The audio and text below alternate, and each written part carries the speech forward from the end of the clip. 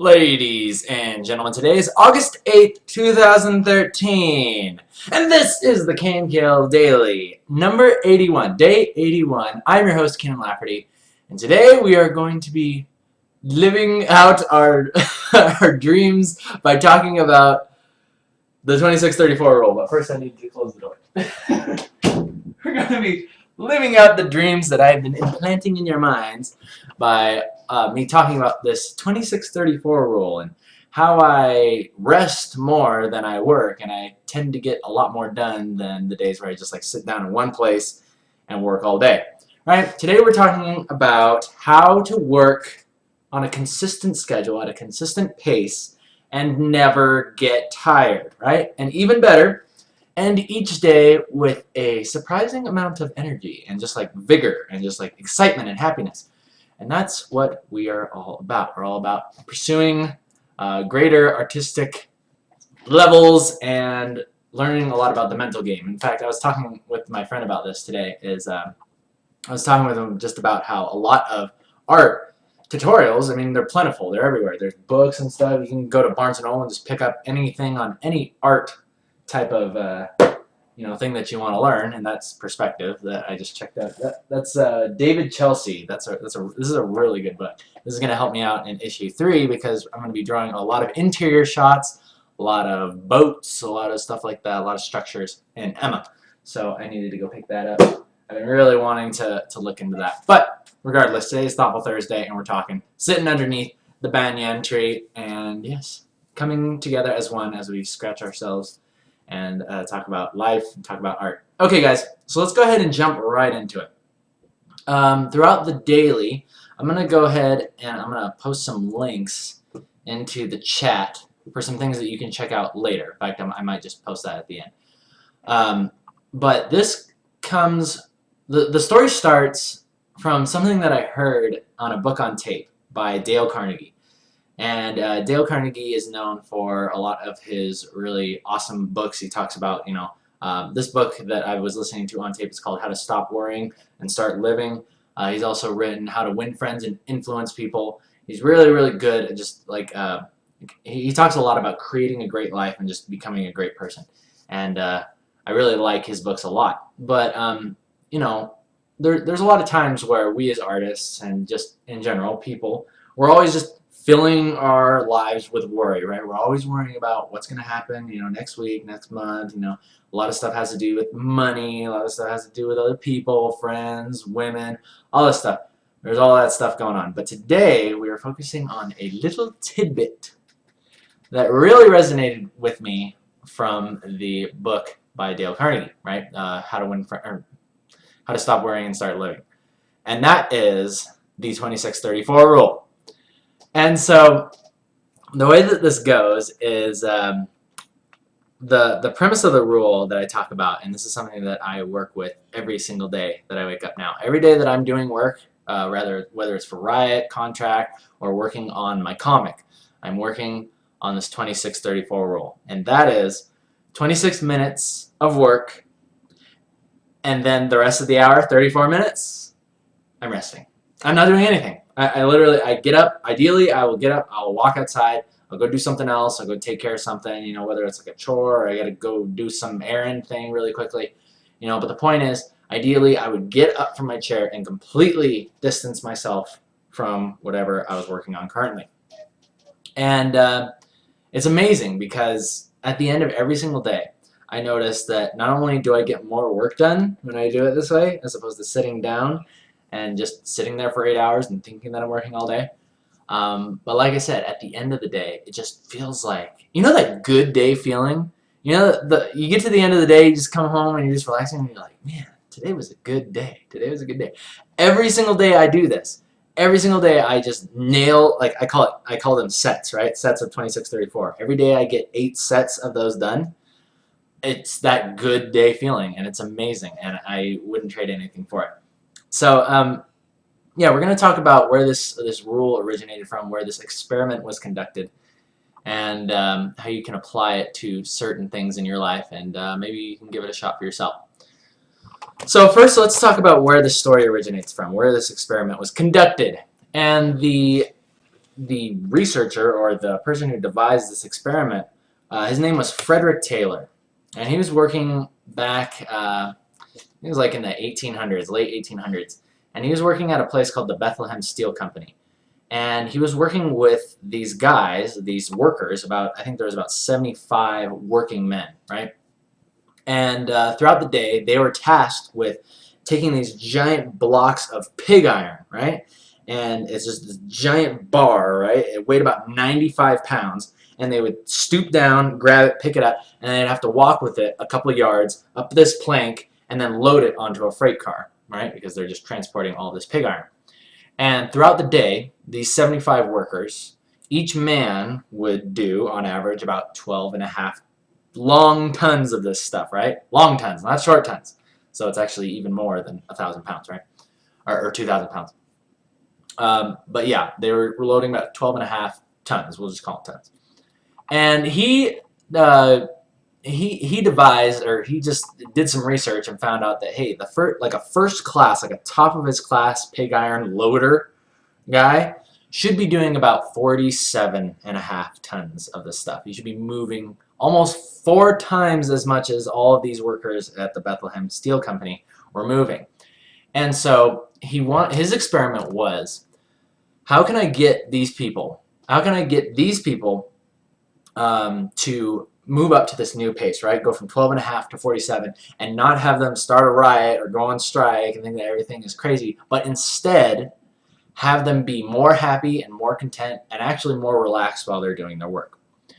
So he devised the plan. He devised the plan to not only, of course, there was incentives, right? It's like, hey, if you do this, we'll raise your wages. Back then, they were getting paid like $1.15 a day, right? I mean, back then, I don't know what that is, like, taking into account inflation and all that stuff, but $1.15 a day, right? And they pulled a man aside by the name of Mr. Schmidt. They studied all 75 of these workers, and they wanted to determine who was the best candidate for this experiment, right? So they like watched them, and they determined like their level of ambition, like their habits, and just their demeanor, right? And they eventually fell upon 4 men, right? 4 men. They picked 4 out of the 75, and the one that stood out the most to them was Mr. Schmidt, right? He was a jolly old fellow, as they said, as they remarked. He was actually very ambitious. He would walk to and from work every day. I think it was just a little over a mile. But he had saved up enough money after working at the steel place, moving these iron bars, or not iron bars. Oh yeah, iron bars, yeah, pig iron. After moving these bars day after day, he saved up enough money to buy a small plot of land, and he was building a house for him and his family. So they decided, yes, this man is very ambitious. We think that he can do the job. So they approached him and said, hey, we want to increase your wages to 60%, right? We want to increase you from $1.15 an hour, or not an hour, a day, to $1.85 a day, right? And that's 60% increase. That's pretty cool. And I said, but here's the catch. We want you to, and actually the way that they worded it was, they didn't word it like this, right? Because it's really funny, because it's actually kind of sad. And you can read this book by yourself. It's actually documented in a book called, it's called The Principles of Scientific Management, and it was written by this guy, Frederick Winslow Taylor. But he regards these pig iron workers as like the dumbest people alive, right? He's like, this is the most elementary like school of work. This is the most the easiest task you could ever have a human being doing. Literally lifting and placing things. He says they're dumber than freaking gorillas, right? You could train monkeys to do what they're doing better than them. But it's kind of sad how he like regards them. But he says this works well for the experiment because they're not conscious of the scientific methods that are going into this. It sounds kind of like, I don't know, it sounds kind of like high and mighty for him to be saying it like that, but it is kind of funny the way that, you know, people talked about each other even back then in the 1800s. But he says this is a perfect experiment on these people because they're dumb and they don't know what's happening, so we're just going to mess around with them and see what happens, see if we can get some results out of this. So, but anyway, so they talked to him. They didn't lay it out like this. They weren't like, oh yeah, we would like to increase your wages. You're moving 47 instead of 12. They went up to him and they're like, so are you a high-priced man or what? Right? Is you a high-priced man? If you're a high-priced man, you know what you're going to do tomorrow? You're going to come in. This man is going to tell you exactly what to do. You are not going to talk back to him. You're going to give him no back talk. When you work, when he says work, you work. And when he says rest, you rest. You sit down and you don't do anything, right? So they were very, very kind of like aggressive with him, right? And to the point. And they said that, of course, that they were going to raise his wage to 185, and they wanted to kind of center in on that. They wanted him to focus on that. So it was really funny. But like them just saying, "You a high-priced man? You a high-priced man?" That's really funny. So of course he's like, "Yes, yeah, I'm a high-priced man. Yeah, I can totally do that. I can move 47 pounds of that, or tons of that stuff onto there if you'll give me 185. Yeah, totally." So so the experiment began, right? And I'm super excited, like, that I got to do some research into this, and it's very fun. So anyway, the man came back. Mr. Schmidt came back the next day, and there was a man placed in charge of him, and he was going to be working basically by the stopwatch. So basically what would happen is he would pick up the iron, right, and he would move it, you know, up and down onto the thing, right, and he would do about, he would do this for about, from what I understand, I say it's a 26-34 rule, and I'll get more into that later. But basically what was happening was he would work for about 42% of the time. They worked 10-hour days, right? 10-hour days. 42% of that time was spent with him loading the iron, right? And then he would actually be resting for the remaining 58%. 58% of the time he was actually resting, sitting down. 42% of the time he was moving the iron.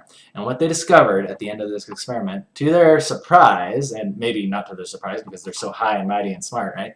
They're like, of course it worked! Of course it worked! He actually moved 47.5 tons of this pig iron up from 12.5, which is what he was usually doing. And here's the thing. For 3 years after this, for 3 years after all this happened, he never failed. He never failed to just work at this pace. He never got tired. He never got burnt out, right?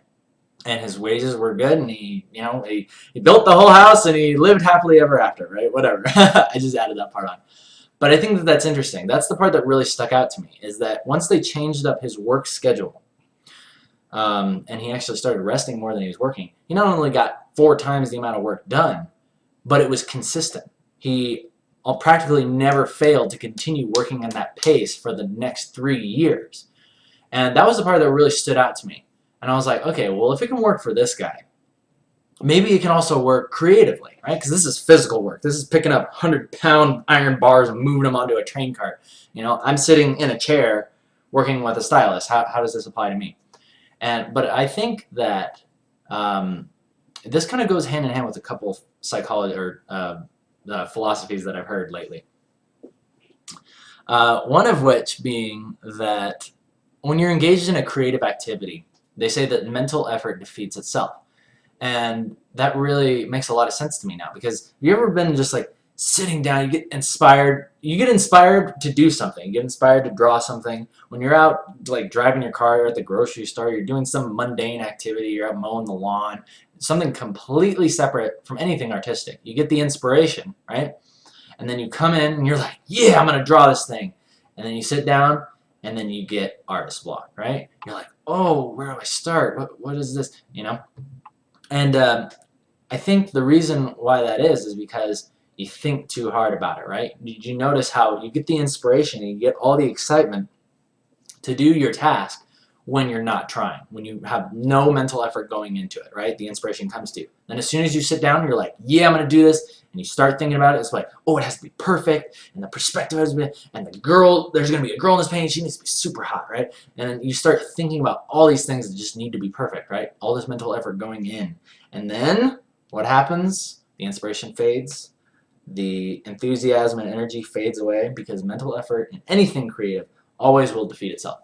So the way that this plays into the 26-34 rule, I believe, this is what I've been noticing works for me, is that for the 26 minutes that I'm working, like, I am on it. And even while I'm working, I'm still like relaxed. Does that make sense? I'm really like using the force of the artist, right? As we've talked about before. You trust in your skills, and it's like, this is what I want to do, right? You set the plan down. You set the little check mark down. It's like, this is what I'm going to do in this next 26 minutes. And then you sit down and you allow yourself to do it. You just do it, right? Even if it comes out bad, just do it. And then what happens is when the little timer goes off, right, because I set it on my phone, the 26-minute timer goes off, I'm like, oh, oh, okay, I gotta rest now. Oh, but I was just doing this thing, right? And you like want to like finish that little thing, right? You want to finish that last little thing, or you get that little idea right at the end. But I've noticed that every time that even if I get a great idea right at the end, if I if I own up to the 26-34 rule and I don't deviate from it, and I rest during that time, right? I can watch a couple of videos on YouTube, I can look at something, I can listen to some music, I can go, ideally, again, walk away from the computer, walk away from whatever you're doing. If you can do that, by the time that you come back, if you're afraid of like losing the idea, just write it down really quick. By the time you come back, that idea will have almost like, it's almost like, what's the word? It's almost like it's aged. It's aged like a fine wine, right, in your brain. And then you come back, and then that idea, it seems to just come out even better, right? It comes out even better and even with more clarity and inspiration behind it. Because you're taking a break, you're allowing the inspiration and the energy to flow back into your mind, and then you come back and you're ready to work, you're ready to go, and you bust it out another 26 minutes. And what's really, really interesting is during those 34 minutes, I've noticed that, I mean, I've talked to you guys so many times about getting a journal, and really you guys need to. Go get a journal from Barnes & Noble. Hopefully, like, one that's cool and small like this. I like this. Because I was talking with my friend today about how, you know, you go to the restaurant, you see these people with these big old journals, and they're, like, writing in there, and you're like, oh, I totally know what they're doing. Right? You see a guy with one of these little things, and they're just like, what? And then you're like, oh, what is that? You're all curious about it because it's, like, tiny and cool, right? But, I don't know. I just made that up. But, yeah, I like the small little journals because it's cool. I can put it in my little man bag over here, I can tote it around, put it around, and I can just write in it whenever I want. Okay, but regardless, back to what I was talking about. Yeah, it's very interesting how just putting down, planning your next attack move on whatever project you're working on. By the time you're ready to go on it for another 26 minutes, like you were just good to go. Like you got so much energy, you got so much inspiration, and you're just good. And during the 34 minutes, here's what I want to talk about, because there's also another part to this, the 34 minutes. 34 minutes, I've noticed, is really good for taking care of all the little things, right? Like, oh, hey, there's all this, like, dust on my desk. Oh, let me just, like, clean that off, right? Let me just, oh, let me just, like, organize my closet. Let me just take care of those dirty clothes I don't want to take care of. Let me go shave my face, right, because I'm starting to look like a hobo. Let me take care of all these little things, right? And like I've said before, all the little things. It seems like whenever you're feeling really like stressed out and just like under pressure, it's not because there's like some huge overarching thing that's like looming over you and like staring down on you, breathing down your neck. It's actually most of the time because there's all these little things that are just piling up around, and they're all just like, they're not big enough to the fact where they're bugging you, but they're still there back in your subconscious. So that's why some days you'll just feel like you're down for no reason. Like, that's because little things, like maybe there's like something like a person said they wanted to hang out with you, you didn't get back to them. A friend that wanted to, you know, have a conversation with you, you haven't talked to them. It's your mom's birthday and you forgot to call her, right? You know, freaking dishes are piling up in the kitchen and you want to clean those. All those little things piling up tend to affect you subconsciously and even consciously, right? They tend to kind of bring you down.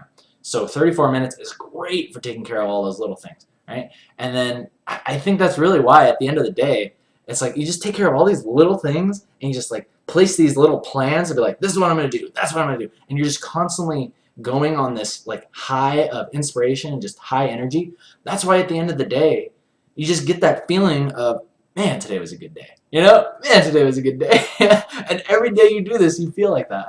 I can't put it any more plainly to you guys and like recommend this to you any more than I already have, right? So, oh man, speaking of relaxing, I gotta rest my shoulders a little bit more. Oh, yeah. So, yeah, that's the 26-34 rule. And you can do this as much as you want. You can do this as much as you want. You can do this, again, I go in sets, right? So it's 26-34, one set. 26-34, second set. 3, 4, and I like to do 8 of these, right? I'll actually do 7. I'll do 7 sets, and then when the show rolls around, because I'm working, right, on the comic or something, I consider that my 8th set, right? Very simple.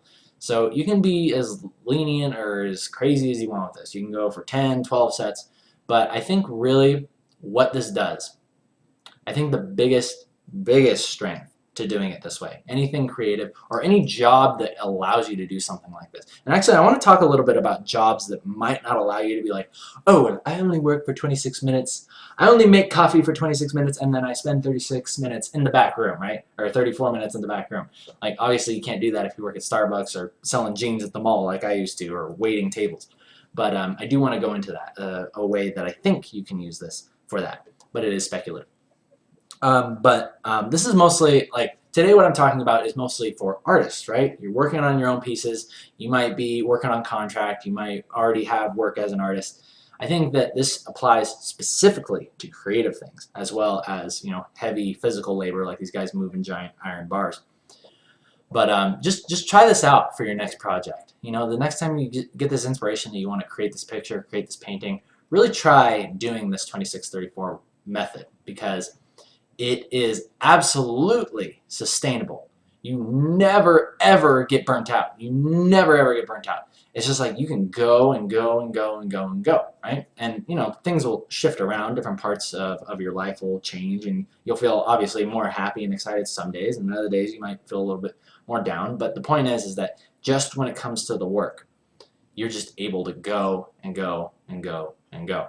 And that's really the biggest thing that I've noticed that's really, really cool. And again, one thing that I wish I would have been doing back when I was working at Riot, because there, I thought that I was saving time. I thought I was saving time by sitting in my chair for 8 hours a day and just going and going and going and going, and letting all these people like push back these deadlines and be like, oh hey, yeah, this we needed this next week, we need it tomorrow, and then I go and go and go and go. That's another thing. I think it's also very good to know your limits. And once you kind of get your pace and you know what you're capable of, then you can confidently say, yes, I can do that, or no, I can't do that, and no, I will not do that. You know, because that's a very good part of professional world as well. It's not just saying yes to everybody. It's also knowing when you need to stick up for yourself and when you need to say no. But anyway, yeah.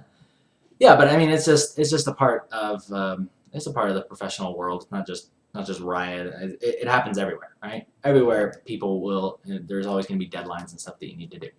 But that's a personal journey of realizing what you're capable of, what your pace is, and what you need to do. But yeah, let's see. Let's talk a little bit about this. This is a bit of an experimental thing, and I want to see if any of you guys can do this at your jobs where, say, you do work at Starbucks or you do work at the mall. Some place that you can't go into the back room and take a break or take a nap for 34 minutes. One thing that I was thinking about doing was, I think if you were to just break down this rule, I think what it is all about is it's chunking your day. That's what it is. It's like taking your task, right? And instead of saying, hey, here's a day and here's what you have to do throughout the entire day. Here's your one task. You have the whole day to do it. Go ahead and get started. Instead, what you're doing is like, here's the day, here's my task, and now I'm going to break it up into 8 little chunks, right? 8 little chunks. This is what I do for this chunk, this is what I do for this chunk, and then that. And for some reason, it just makes it easier, right? It makes it so much easier. And I think when you're breaking it down into chunks, not only is it that you're making the job easier, but you're also introducing variety into your day. You know what I mean? Like you're working for 26 minutes, 34 minutes, you're away, right? You're doing something else. And now let's get into what you do when you're at Starbucks. Okay, so let's imagine I'm working at Starbucks, right? I'm your barista. And I'm making your coffee, right? 26 minutes making coffee for people, right? And I'm really like figuring out like something that I want to do. You got to have a goal at work, right? It's like maybe I want to get super good at mixing this kind of drink really fast, right? I want to just, yeah, like maybe it's like I want to get really good at doing this really fast. And so you focus on that for 26 minutes, right? 34 minutes rolls around, you don't have to tell anybody, right? Be like, I am going to just relax. I am going to observe, right? Observe, this could even be like almost like a spiritual quest, right? I'm going to observe the areas around me. Like, I'm just going to observe like how beautiful it is outside. Observe the people walking outside. Observe the dog taking a dump on the sidewalk. Observe everything. Observe life, right? Observe yourself existing, merely existing, and the joy and excitement that can come from that. Observe what you're grateful for in life. Observe what you want to do, right? Observe the things that you dream about and when you're gonna go for those things, and what it's gonna take to get you there, right? And are you doing the daily things that are gonna take you to that point, right? And then when that 34 minutes is up, you're back to that thing. 26 minutes, I'm making this drink as fast as possible. I'm doing this thing as fast as possible. I'm cleaning this floor as good as possible. I'm slinging these jeans at people the best that I can, right? And you just get better and better and better. So it's almost like a breakup of setting a goal and going for it, no matter what it is. It can be anything. I want to learn how to fold these napkins into little paper swans and give those to people, see if they like it. You know, stupid stuff like that. You can come up with anything. I want to draw like the Mona Lisa on this person's cup before they notice that their drink is taking too long. That's what I would do. And then 34 minutes, you vary from that. Do something different. Take notice of things. Think about what you want to do in the future. Think about the things that have happened in your past, right? Don't dwell on them, but you know what I'm saying? Just like change up your mental game.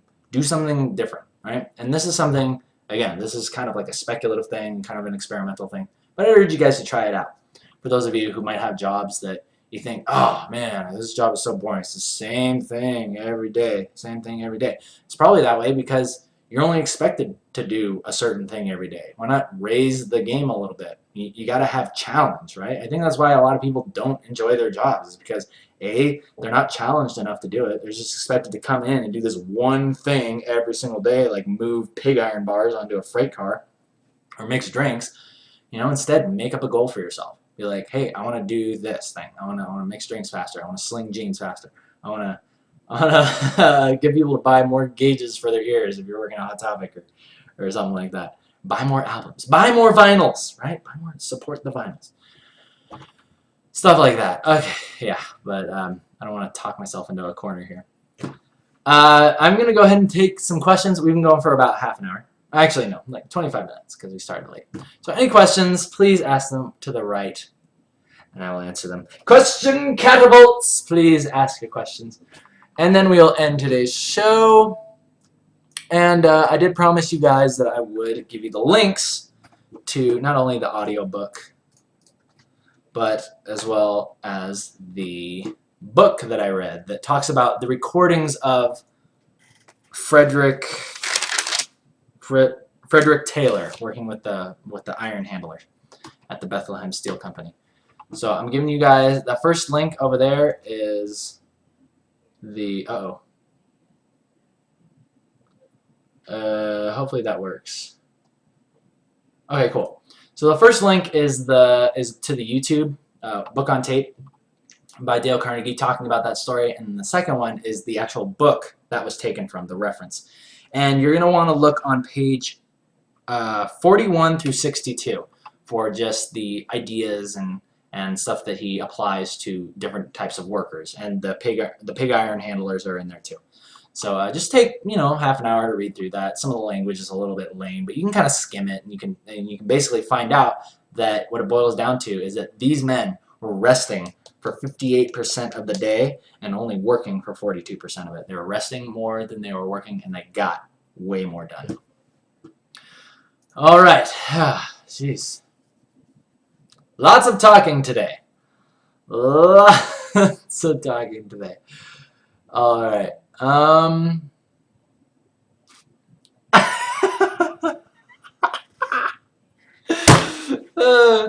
Observe the dog taking a dump across the street. Can't believe I said that. I was inspired, so I just ran with it. Yeah, if anybody looks at you weird while you're doing that, I'd be like, oh, I'm just studying for artist reference, right? Doom Scully says that. Doom Scully. Good thinking. Jestrock is asking, have you ever thought of trying to learn another language? This is something that I've been very interested in doing, actually, because I listen to a lot of great talks on YouTube, stuff like Jim Rohn and Dale Carnegie and all that stuff. I love to listen to books on tape and read good books. I notice as I'm getting older, maybe getting more mature, wanting to be smarter, I'm reading more books and listening to more talks and just trying to expand my mind, right? Because art is I think it's almost more a mental game than the skill of actually drawing itself, or it's just as much. It's almost like half and half. They're complementary to each other. You have the skills of drawing, and then you have the skills of mastering your mind, right? Because you can only do so much. You can only give so much of your skill if your mind inhibits it, right? It's very interesting. This is where art block comes from. Everybody says that they have art block. It's your mind that is inhibiting your skill or your desire to improve and move on. Move on. Pass on. Okay. All right. I think that does it. We only got one question, one good question coming in from Jastrock. So guys, I want to thank you very much for joining me live on Ustream as usual. People on YouTube, I'll also post the links that I posted in the chat down below. So fear not, you can listen to the awesome talk by Dale Carnegie as well as read that book. Again, remember, if you're going to check it out, it's pages 41 through 62. And with that, we are going to bid farewell. Epic outro music, come to us. With that, we will bid farewell. So, people on YouTube, thumbs up if you like it, thumbs down if you don't. My name is Kienan Lafferty. Have a great weekend. I'll see you guys on Monday. Until then, take care.